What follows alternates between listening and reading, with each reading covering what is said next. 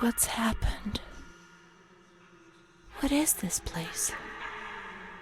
Maybe I'm dead. I can't see any light. Maybe I am dead. I can't get up. What's going on? What's happening to me? There's no one here, but these noises. God, my head is killing me. I can't keep my eyes open.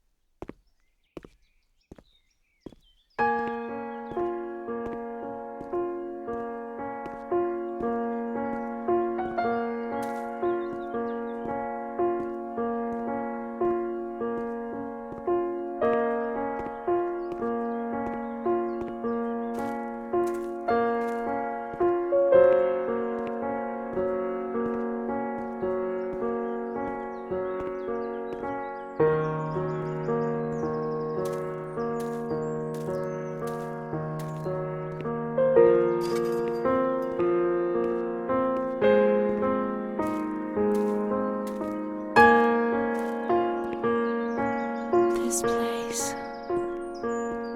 Time. Memory.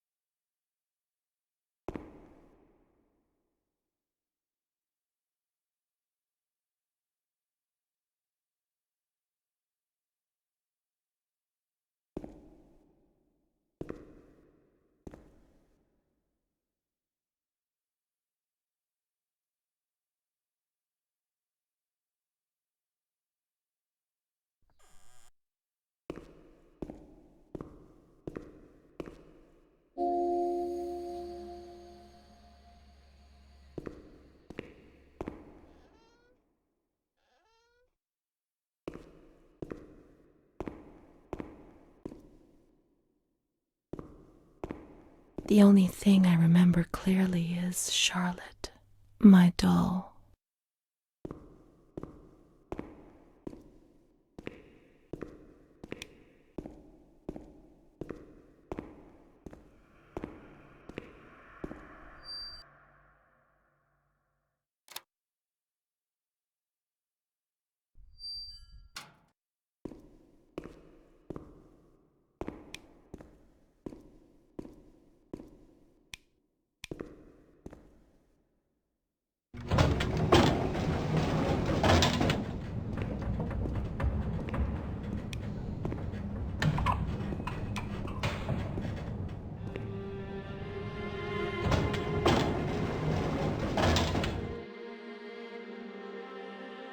Mummy took good care of Charlotte. She tucked her in, hugged her, gave her cuddles and kisses. She was very affectionate and loving. Nothing bad happened to Charlotte, and that surprised me. I didn't understand. At first, I was quite scared. I was afraid that she wanted to hurt me. I lived in constant fear that Mom would abandon her. Because I didn't deserve to live. I didn't deserve to be loved.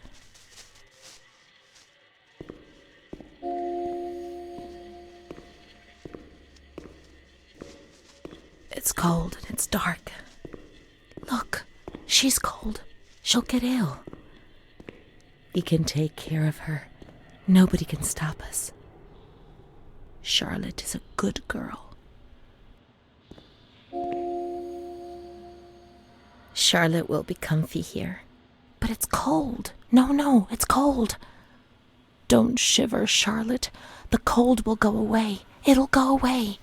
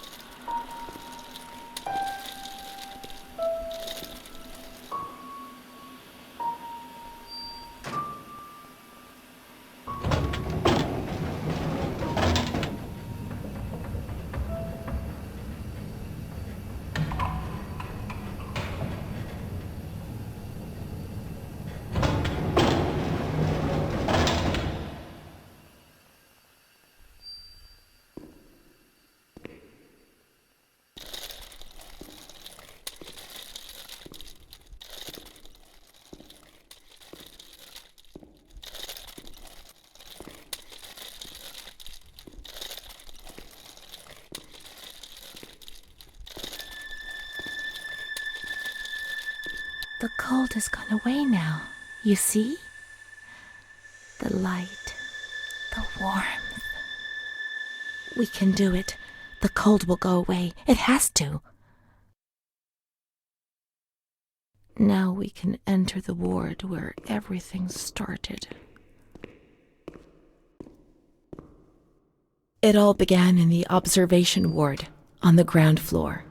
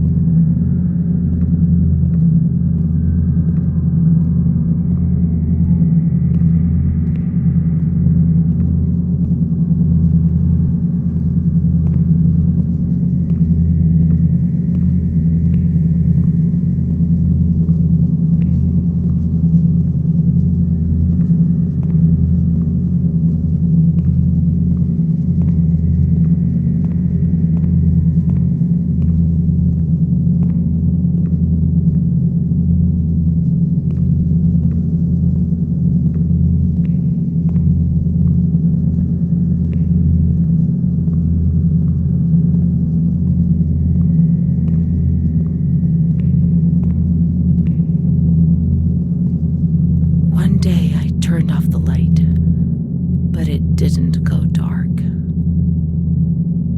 It was a limitless immensity, a blinding, merciless light. I was 16 years old, and I was afraid, always afraid, a fear that wore me down. I needed help, but I couldn't speak. I was terrified of everything, even thinking. They said they were taking me to a place where the fear would go away, where I would get better. I stopped living in there. They dragged me away and stripped off all my clothes, everything. I tried to explain what was going on in my head. They tied me to the bed for days. I was alone with my nightmares. It wasn't fear anymore. It was madness. And when you're mad, you cease to exist.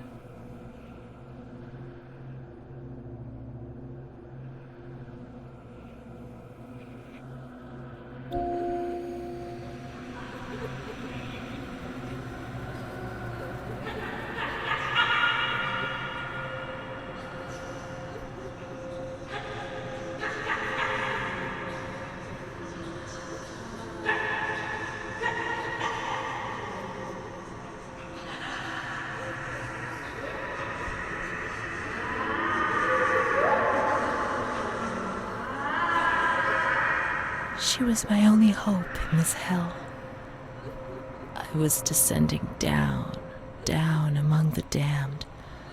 But that woman and her smile kept me alive.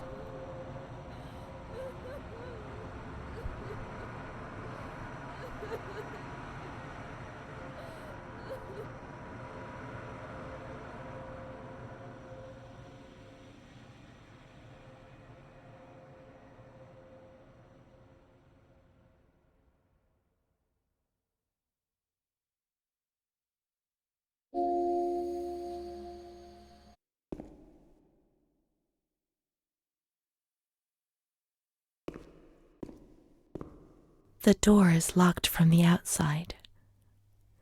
Here the doors can only be locked and unlocked from the outside.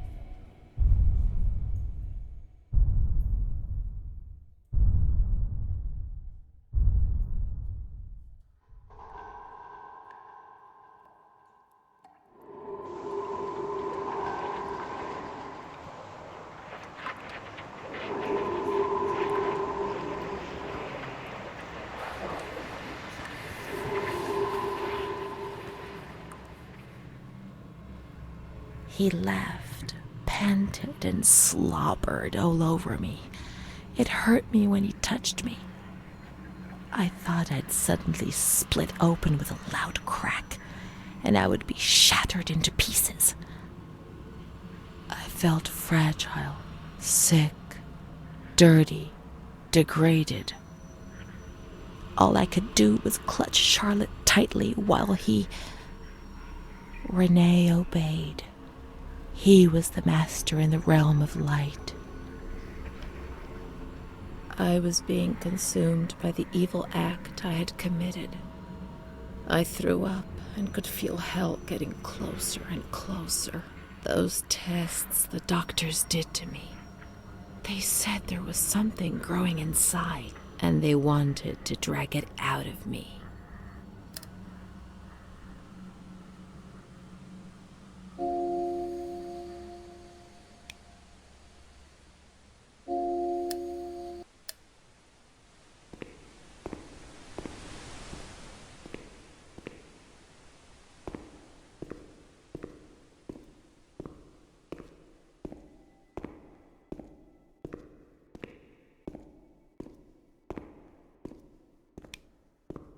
She stayed with Renee during those terrible medical examinations, and that gave her the strength to survive. They went to the gynecology ward on the upper floor.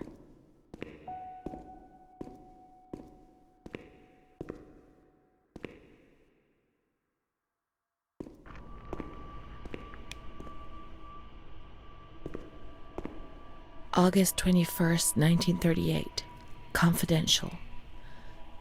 Dear A, I know what you think about these things, so I'm referring a patient to you, Renee T. This wretched girl got out of control and caused trouble in the grounds. She's almost 3 months pregnant. The nurses should be more alert. I'm examining the girl on the 28th. I'll handle things very carefully, don't worry.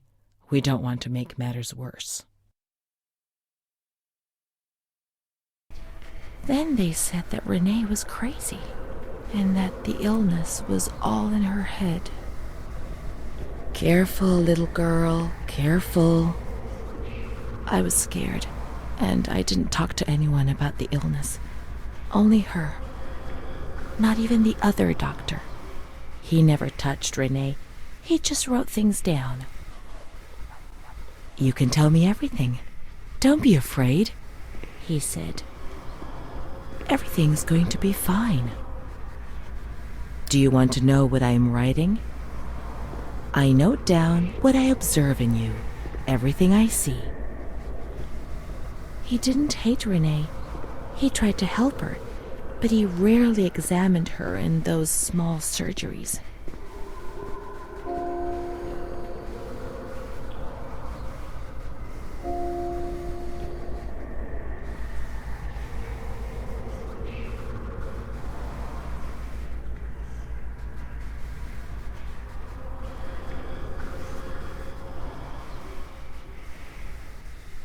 The doctor who wrote things down was in Surgery C.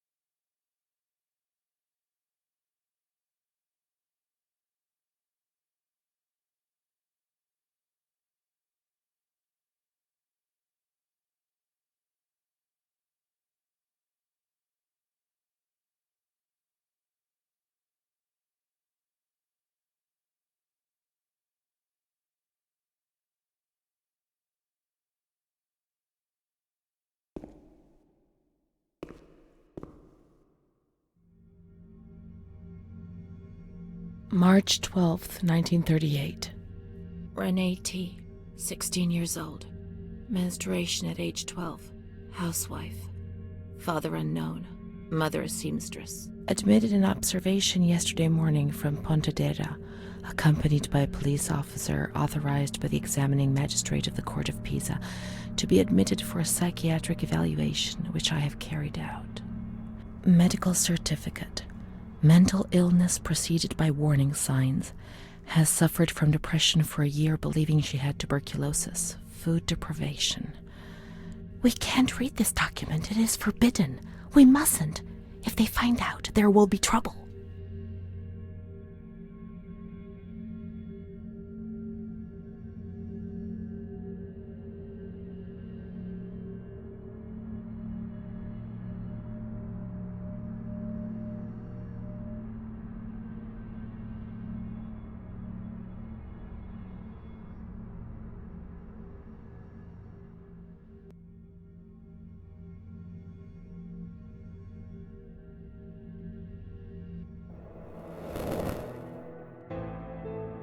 We have to look for Amara. We must hurry.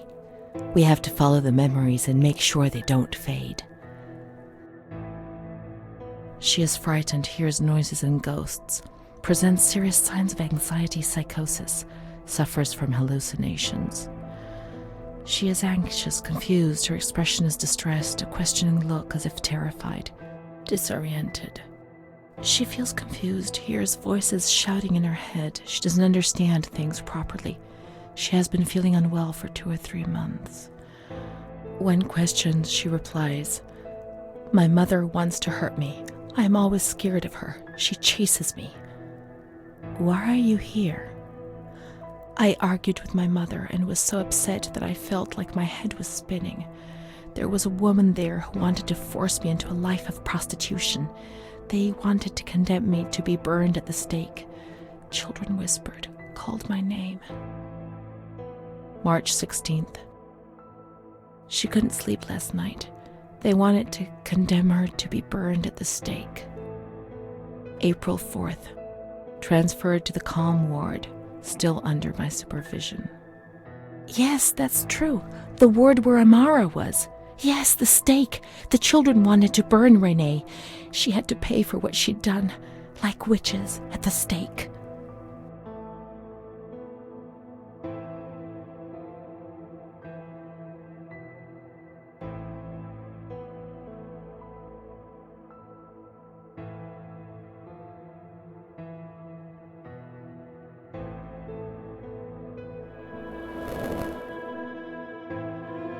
April 21st. She's more awake this morning and is responding to questions, complains of headaches.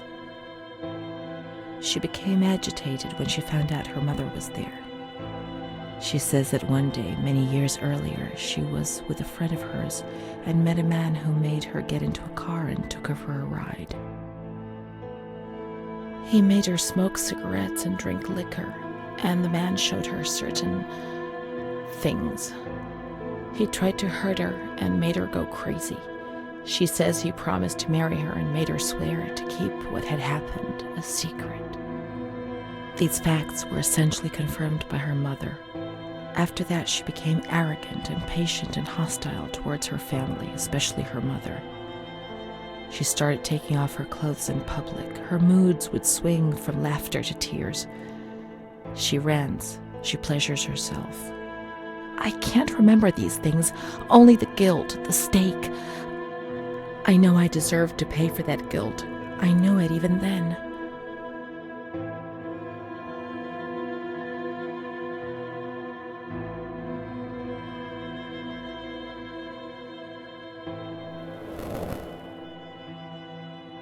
She was uncooperative during the examination. She didn't want to be stripped and her body remained rigid. Voluntary attention almost totally absent. Probable hallucinations. April 25th. Confused ideas, unable to maintain a spontaneous conversation. Reflexes all normal. Reactive pupils. "Let's find Amara, and we'll find the full medical records."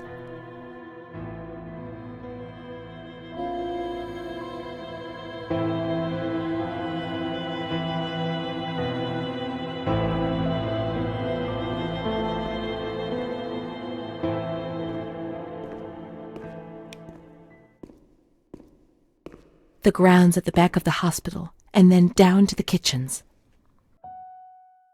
June 1935. After much theorizing and practice in clinics for the privileged, the moment for action has finally arrived. Volterra is the right place. It's an avant-garde hospital, the perfect place for a doctor who really wants to make a difference. November 20th. Crossing the threshold of the asylum was similar to entering another dimension. A world of smells, noises, and images which it is almost impossible to imagine, describe, or explain. August 1936. The situation is similar to that in many other institutions. The department is overcrowded. Hundreds of patients are supervised by a handful of nurses who are forced to tie the more distressed ones to their beds or to radiators.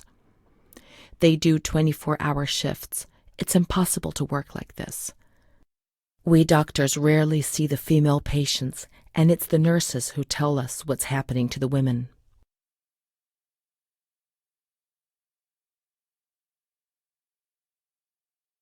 The overpowering stench in the wards, the constant din of shouts and voices that are barely recognizable as human, dirty, naked bodies devoid of any dignity. The lunatic asylum gets under your skin and wears you down. I often consider resigning. I feel useless, impotent, a sort of merciful jailer, a mercy that helps no one and only helps to ease my conscience. March 15th, 1938. Dramas are played out before my eyes every single day, and I try to distance myself from them and just do the best I can. But a girl arrived some days ago. I couldn't avoid her gaze. All she asked in her dignified silence was not to be ripped away from her world. And me. I'm old enough to be her father, the father she never had, who didn't want her, who rejected her without even knowing her. I, too, refused what she asked me. I couldn't do anything but add my signature and consign her to hell. A danger to herself and to others, and a cause of public scandal. This was what was written on the accompanying note from the police headquarters. It was difficult not to agree with it. How much more violence must this poor girl be subjected to?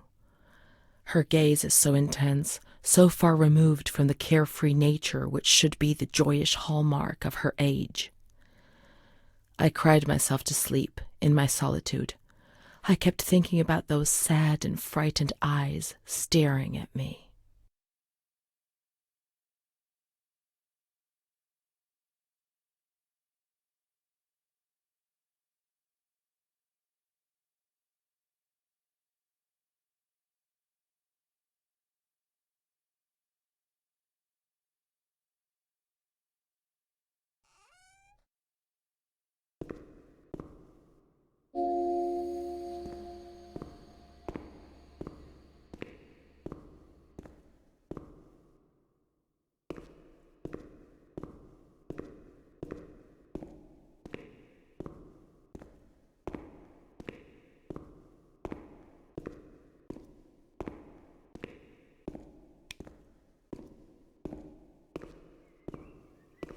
This is the road we used to take. If it weren't for her, in the grounds on that bench in spring, so many days. It was an escape, watching nature around us as she talked and smiled. And then there were the kitchens. Sometimes we stole food and ran back to the bench to eat it in secret, and we laughed.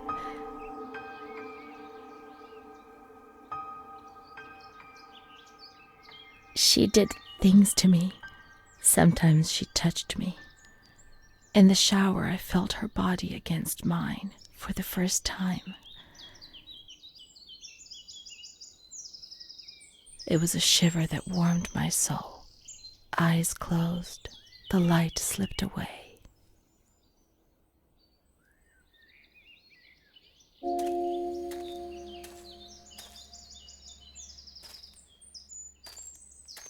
She wasn't in the system. He wouldn't let her in. That's it. She must be the key to my memories, to the reasons why. Nature helped me to forget, to escape from the system.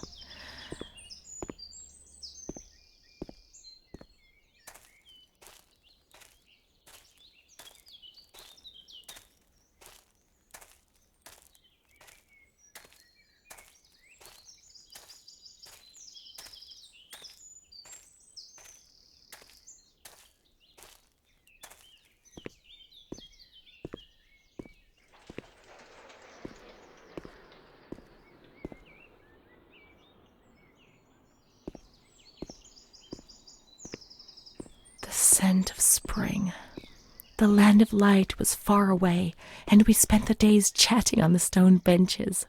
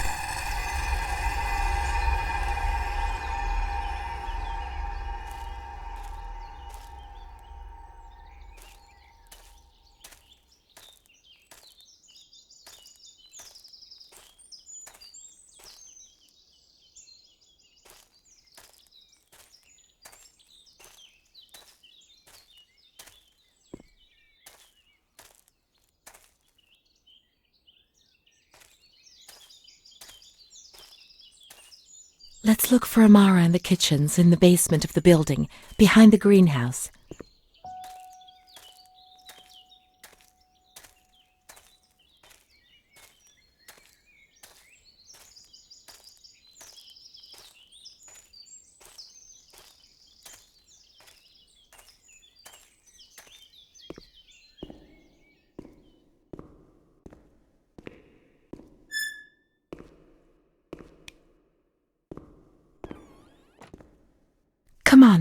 Come on, let's look everywhere. She must be here, I'm certain.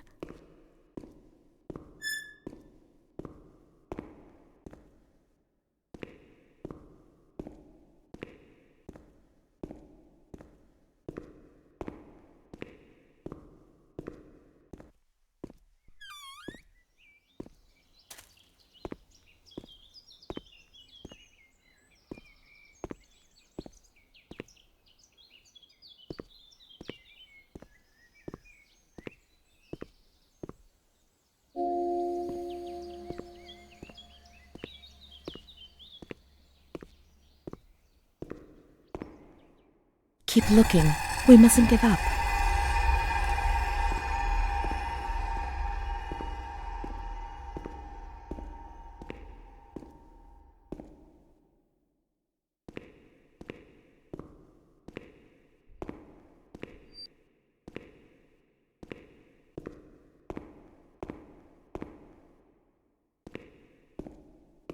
Where could she be? We've got to talk to her. Everything will be all right. But being here now, I don't like it. Come on, let's look for her, quickly.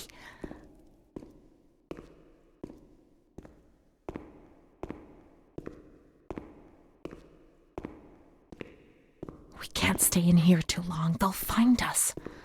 When they found us... Come on, hurry. We've got to find her quickly. We've got to get out of here. They'll find us. But not now. Not yet. Amara's not here. Maybe she's in the showers. We can find her there. The water was often cold. When it was cold, we ran away. But when it was hot, then she came to Renee under that cruel white light. I can still feel the shivers her body gave me. Everything must return to how it was. If we recreate that magic, she'll come to us.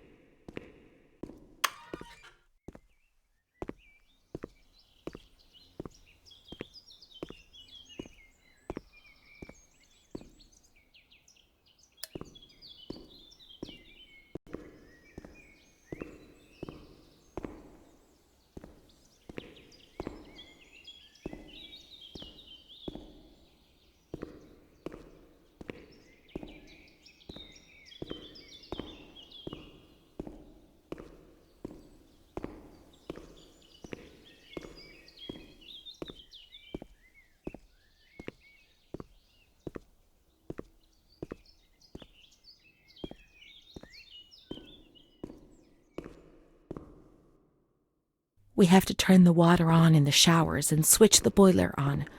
All the plumbing systems were in the kitchen area.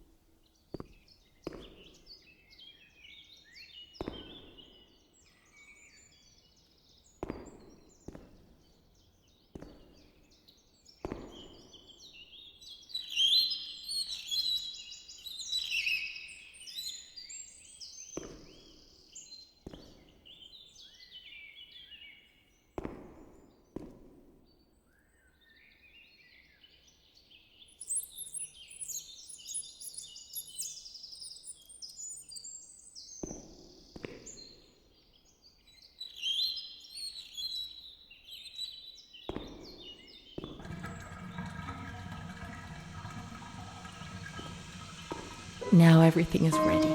We can go to the bathrooms. We can go along that narrow corridor in the kitchens. We'll meet her in the showers, yes.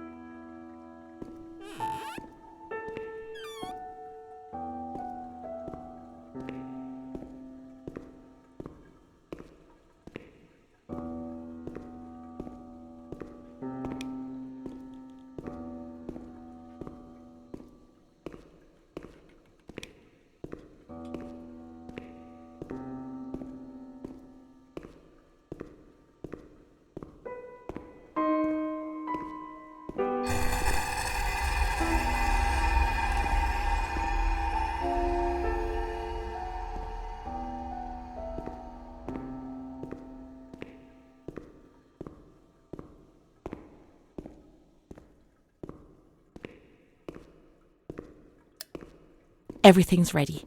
Let's get undressed and leave our clothes on the hooks in the changing rooms.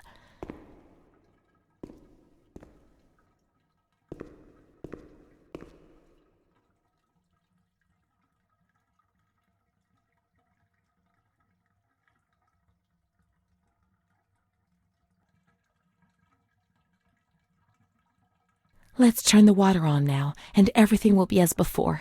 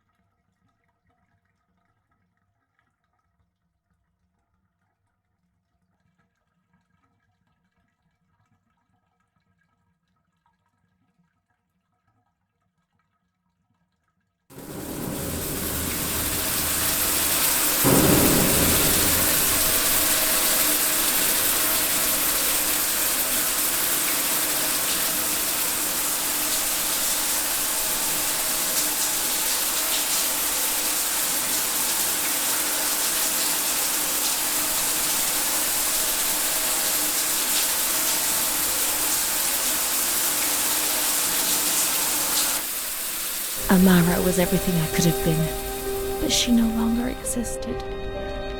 I'd have loved to erase everything I did, but instead I always went ahead and did it again. It was my fault, and she disappeared from my life.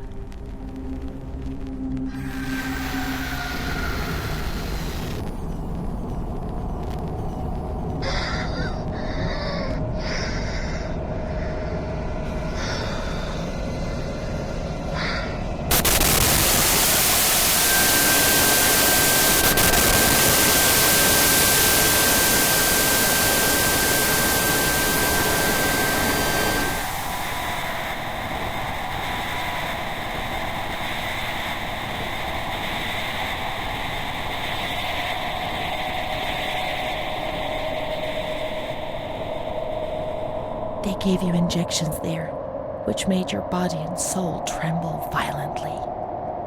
A whirlwind of anguish and unbearable pain. I lived in terror of the next time. They had taken me upstairs to that ward where no one wanted to go.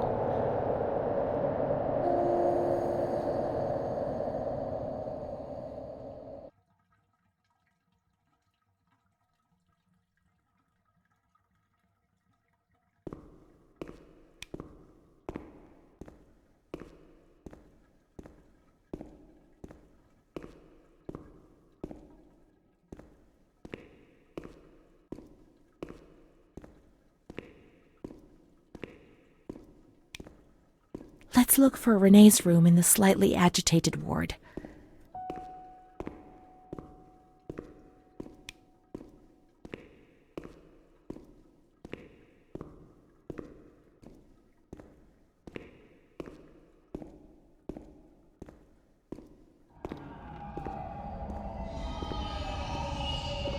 When there was too much chaos, they closed all the windows and the door.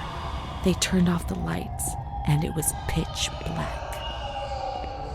Some people fell asleep. Some others stopped seeing their demons and became more calm.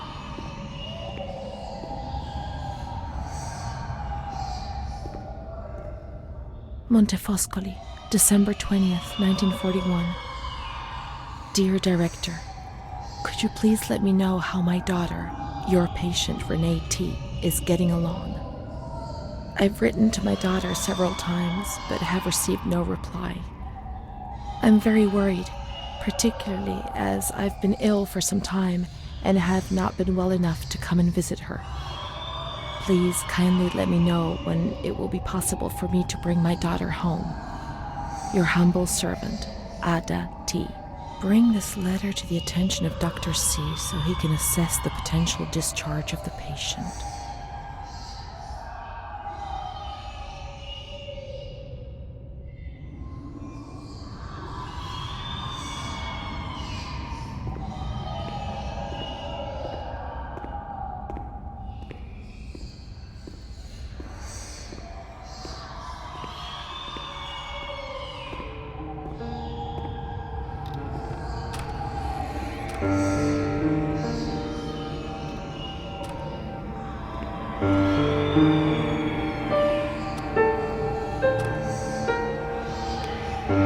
They put a straitjacket on you.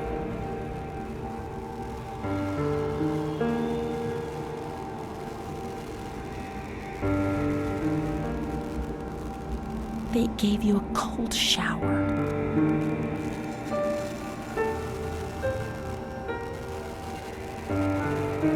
They suffocated you with a sheet.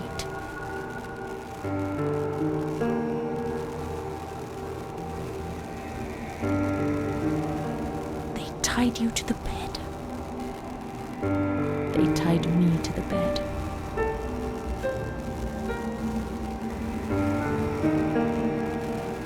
A woman died next to me, choked by her own vomit. She was tied down because she wouldn't stop pleasuring herself. I can still hear her death rattle. I screamed, but nobody came.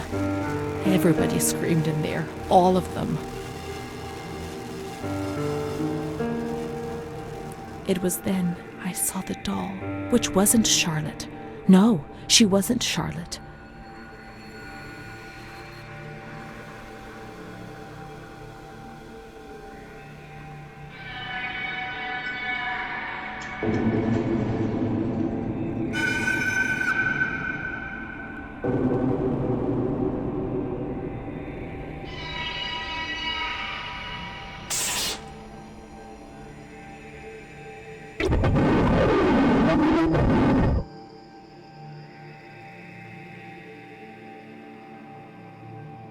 The past came back to hurt me again. In the loneliness of that crowded ward, he brought it with him. I thought I would never see him again. He'd come to remind me who I was. That's what my mother used to do. That's what I had done. It seems that my life in here was just a repeat of what it had been outside. The doll, the fear, the shame. I'd have loved to erase everything I did, but instead I always went ahead and did it again.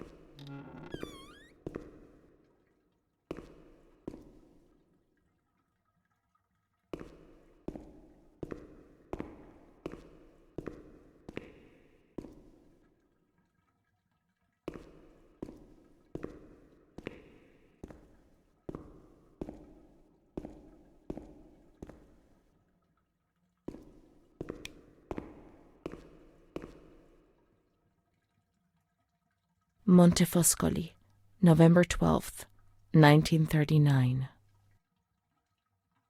My dear daughter, it is with great sadness that I heard what happened. Your transfer and your sufferings are a cause of great worry for me. It will take time, but you'll see, things will improve. They'll treat you and you'll get better again. I pray a lot, every day. Write to me often and tell me if you need anything. I promise I'll do what I can. Try to be strong. Mom.